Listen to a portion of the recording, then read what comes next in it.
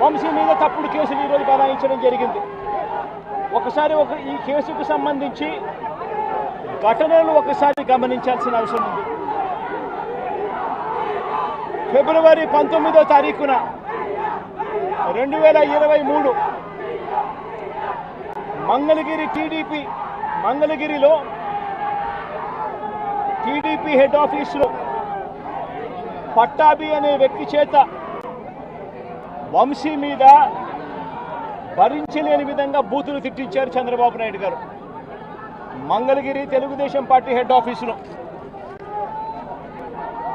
ఫిబ్రవరి 19, 2023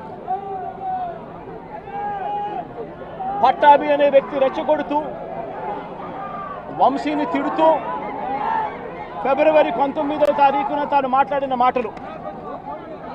ఫిబ్రవరి 19, 23